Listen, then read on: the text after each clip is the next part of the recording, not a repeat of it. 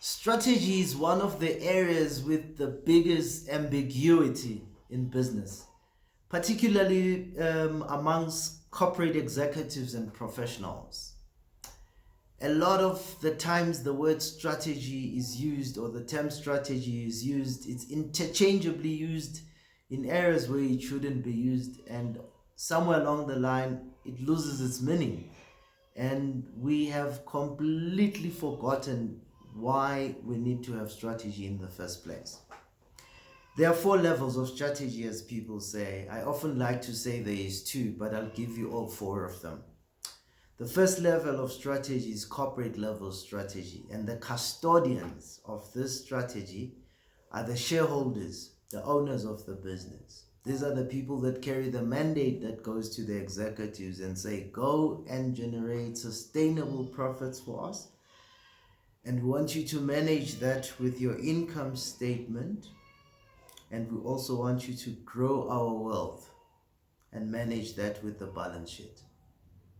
Some of the strategic decisions that take place at corporate level are decisions such as to buy or to lease. When the company shareholders have gathered together, they are founding a company. For example, it's a logistics company. They have to make a strategic decision whether they are going to buy the logistics operational assets such as trucks, or they are going to hire them or lease them. It could make sense to them that leasing provides a better return on investment, and as a result they're going to make a strategic decision, and that's corporate level strategy. Another corporate level strategy decision that could take place is an M&A, a merger and or an acquisition. This will happen at shareholders level, owners level. They will fortunately be sitting in a board of directors, which does have representation from the executives, at least 2 or 3 representations. So nothing is going to be completely anonymous, but it is a corporate level decision. And then secondly, it's the business level strategy. And this is the strategy that is concerned with how the business competes in order to have a distinctive competitive advantage, allowing it to deliver the shareholder value that the shareholder is looking for, profitability and long-term wealth generation. So now this means that the business executives in this case become the custodians of the strategy. They have to develop that strategy with their understanding of the markets. The other levels of strategy is functional level strategy, whose custodians are the business unit managers and are responsible for executing the strategy. And interestingly, the fourth one, operational strategy, is one that makes the entire organizational strategy implementation work, because the organizational strategy gives us or the executives insights into how the cross-functional business units in the business, the cross-functional areas in the business interrelate with each other. So one of the most important aspects of strategy development is the development itself. However, we don't just go into developing strategy. We need to be clear why we're doing it. We're doing it because we want to be competitive. We're doing it because we want to deliver shareholder returns. We're doing it because we want to deliver better products to our customers. We're doing it because we want to be absolutely the best in the business. Sometimes it's not our relationships that matter the most. It's not our contacts or networks. Sometimes we just have to have a superior product or service offering. And our development of strategy can take us closer to that. So let us look at this way. There are 3 positions I want you to imagine. The first position is the strategic position, which is the current position that the company is in today. The second position is the strategic intent. That is where the company wishes to be. If I'll take you to the strategic position and take you a year backwards to the past financial year, There were strategic plans that were made by the organization, perhaps to grow the market share by 6-7%, perhaps to increase their customer product channels, perhaps to focus on one segment, being private sector, and walking away from public sector business. Perhaps increasing sales targets by 15% and achieving 90% of that by halfway into the year. But these were plans that were set in the previous year. So now at this stage of determining the strategic position, we are going to use both internal and external reports to determine where the company stands. Firstly, in line with those plans, the things that you said were going to be done, were they done? How much of them were done? Which of them were not done? Why were they not done? Are there any factors that are external to us that could have prevented those things from happening? And we investigate further. And we look at other internal reports such as the financials. How did we do in terms of meeting the sales targets by the percentages that we envisaged? How did we do in terms of increasing our market share? That should show in our bottom line. Of course, there are other things we want to look at as part of those financials that matter, such as the organizational cost structure. It's important to know how much money we've been spending since we've brought in those new plans, right down to the bottom line. But at the end of the day, this is going to show us the strategic position. There's two things that are going to happen with that strategic position. The first one is highly unlikely, it never happens. The second one always happens. The first one is that the company executives and everybody is going to say, we like this strategic position. We are happy here. There's nothing that we need to change. There's no inch we need to move. Everything is intact. No need to waste anybody's time. It hardly happens. The second one is we are not happy with our strategic position. We haven't achieved 1, 2, 3, 4, and 5 as we said we're going to achieve them. We are not even halfway through 6, 7, 8, 9 as we said we're going to do. And because of that, we want to review and develop our strategy. So now where we're going to start now?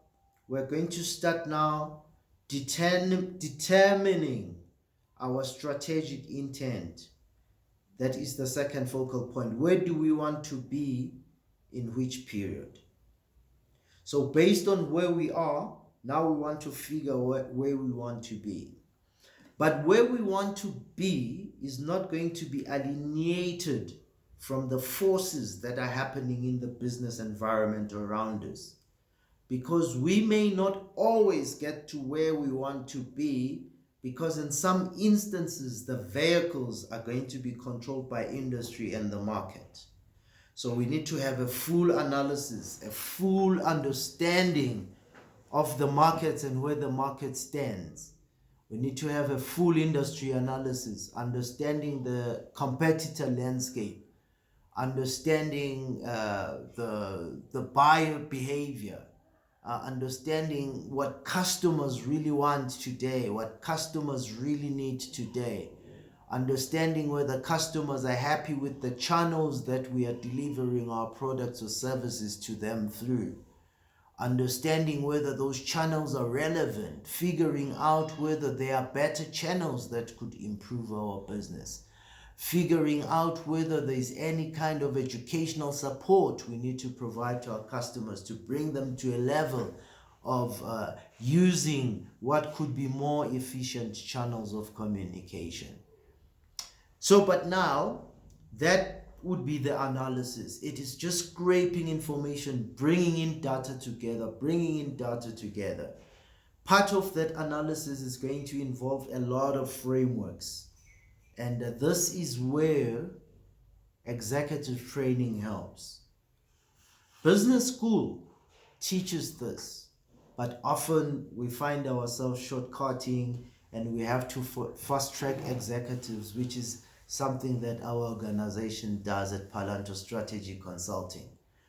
So now the real big elephant now when it comes to the corporate professionals is, where do I start when I develop the strategy? We have provided you, there are all these frameworks for collecting your information. You can do your SWOT analysis, you can do your TOES analysis, you could do your BCG matrix, your Ansoff matrix, you could do your Porter's 5 forces. There's several frameworks that you could use to collect data. Now we get to the big one, the development of the strategy itself. There are several frameworks again that can be used for developing strategy. I believe that every executive needs to find that sweet spot of a framework that resonates with them and that is able to achieve their strategic objectives. And for me, that one has been the Alexander Osterwalder Business Canvas, because it's able to take a complex business and put it on a dashboard of a few elements that I could easily recall. Let's go through them. Key partnerships, key resources, key activities. These are things that are happening in the business. The partnerships that the business has, the resources that the business has, and the activities on a daily basis. When you open shop at 8 o'clock, close shop at 5 in the evening, what are the activities that take place in the business? We need to understand them, how much they cost to the business, how efficient they are to the business, if they're delivering the intended value. It's the same thing with the business partnerships, the key partnerships. Are they delivering the same value?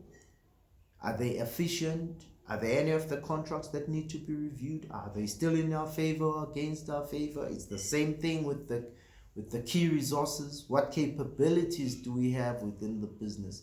Are those capabilities fully employed?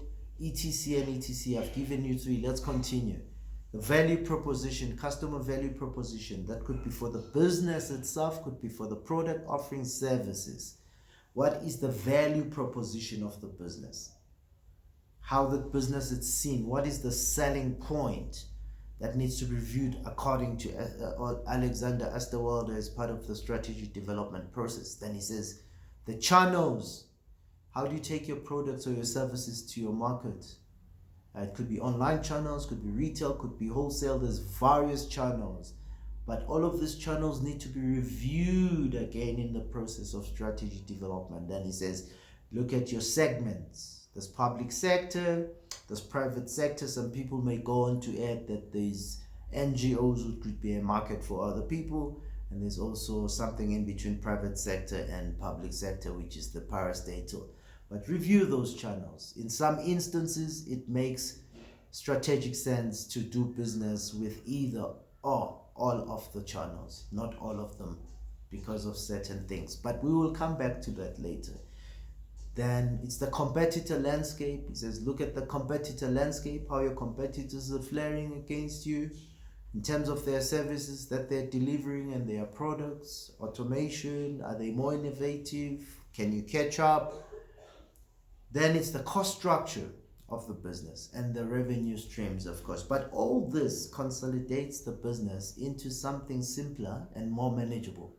And that is why strategy development becomes exciting and a very simple process to conduct or to do. Okay. So now that we have chosen the framework, in this case, I say, I like the business canvas, Alexander Osterwalder. What is the idea now? Now I've got all the information that we have collected via the analysis and the report, research, internal information, external information. We've been looking at industry reports, we've been looking at market shifts, we've been looking at demand, we've been looking at pricing. We have probably even gone as far as redetermining the total addressable market size, because sometimes we can lose focus of that as a business, and when we do, we could easily let go of how much market share we could potentially achieve in the markets that we are competing in. And now we have got all this information together. So now the canvas is leading us. The canvas is saying, let us now start going into the bits and pieces of the business. This is where we put our managers and teams now. And then we start going through the bits and pieces of the business. And we're saying in terms of our key partnerships, when we are saying key, we're talking key, those that are detrimental to our bottom line. And we are saying, what are they? We review them one by one. We do everything through all of these elements. The cost structure. When we are talking about the cost structure, for example, we are looking at the costs that are associated to our ability to carry out our operational objectives. How much does it cost us? Are the costs justified? Are we paying just enough? Are we paying more than enough? Are the costs variable? Could we change our costing patterns or spending behaviors? Are we getting the intended value? All of those questions. The revenue streams, are we doing enough? Are we reaching out to the markets we are reaching to? We should have, at some point in the business, have a BCG growth matrix, for example, that is going to give us an idea of where we stand in terms of our products, or maybe an Ainsworth matrix that's going to give us an idea of how our growth is going to be in the next 3 years, the next 6 years, the next 10 years. And if we do have such a matrix in place, this is where we challenge our business. We're challenging our business. What have we done in terms of our existing products to increase usage in the current markets? What have we done in terms of ameliorating our current products and developing new products for the current markets? What have we done in terms of taking our existing products into new markets, new provinces, internationalization, going across into SADC? What have we done in terms of diversification? We have been profitable as an organization, but is there a scope or is there an opportunity in diversification, in backward integration or upward integration, buying into the supply chain? Is there an opportunity to acquire capabilities by buying a company that is struggling with capabilities that we already have in the business? And all of that is reviewed, but we are only reviewing that in order to allow us to be able to pose what we now call strategic questions. We're going to now start throwing these strategic questions, and we're going to say, if our activities from 8 o'clock to 5 o'clock in the morning cover A, B, C, and D, and 60% of those activities are relevant to our customers, do we still need the 40% of them? That's a strategic question. And then it is noted. We do that across the various themes of the strategic development process, to the point whereby we've got this list of strategic questions, and then where the answers to those strategic questions are going to give us what we now call the strategic intent. That is where now we want to go to, the sweet spot. We don't know yet how we're gonna get there, but at least we know where we want to be. And that's the strategic intent. Let me just quickly pull you through this one. As an organization, my company, Palanto Strategy Consulting, we're consulting for one of the local banks, but the private banking segment. They tasked us to assist them with developing their strategy. We took the management team away to a remote location in the bush. For a few days, we went through our vigorous analysis, and then we came to the actual point of the strategy development, where we started asking the strategic questions in order to establish the strategic intent. Some of the things that came out were amazing. For example, I would say when we looked at the amount of resources or money spent on building an infrastructure for private banking inside the branch banking system. It was amazing how much money they have spent. But the question that came out of that is that how many of the total private banking customer base uses that infrastructure inside the bank branches? It turned out that it stood at less than 5%. So 95% of the customer base was